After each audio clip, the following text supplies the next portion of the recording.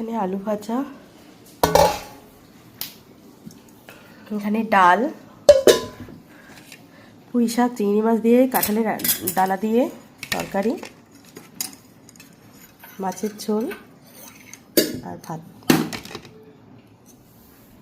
তো এতটাই শরীর খারাপ, পুরো ওষুধ খেয়েই রান্নাটা করলাম। মানে প্রচণ্ড কষ্ট হচ্ছে, তার মধ্যে বুকে ব্যথা হচ্ছে। মানে কেন জানি না, হয়তো রান্না করছি নিচু হচ্ছি, সবজি রান্না করছি, ওই যে ওকে দেখতে হবে। তো এতটাই কষ্ট হচ্ছে, মানে রান্না আমাকে করতেই হবে। বাড়ির বউদের এইরকমই অবস্থা, মানে ছুটি নেই। ছেলেদের ছুটি থাকলেও মেয়েদের ছুটি নেই। মেয়েরা তো অনেক, মানে সবাই বলে কি অনেক পুণ্যের ফল যারা মেয়ে পায়, আর যারা মেয়ে হয় তারা অনেক পাপের ফল মনে হয়। মানে এইরকমই অবস্থা। আমার কষ্ট, মানে জ্বর, মানে নিঃশ্বাস নিতে কষ্ট হচ্ছে, তবু রান্না করতে হয়েছে। এটা দুবেলার রান্না।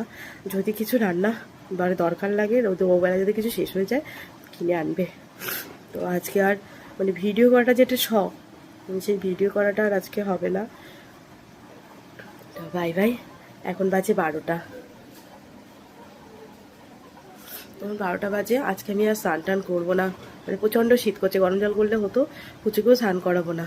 মানে যে যাই ভাবো, আমি আজকে স্নান করাতে পারবো না। মানে গায়ে শক্তি নেই ওর মাথাটা মোছানোর। আর মাও তো কিছু করবে না, মা তো পুজো দিয়েই খুব খাটনি হয়ে যায়। তো তাকে বলাই বাহুল্য, মানে কিছুই হবে না, নিজেকেই করতে হবে। তাই নিজে যেহেতু ক্ষমতায় পারবো না, অতএব করা উচিত নয়। নিজে হাতে সবজি কেটে সব কিছু সরঞ্জাম করে রান্না করাটা যারাই করো তারাই জানবে এই কষ্টটা। আর জ্বর হলে কি অবস্থা হয় বোঝো। বোঝো আমার অবস্থাটা, কোনো ছুটি নেই।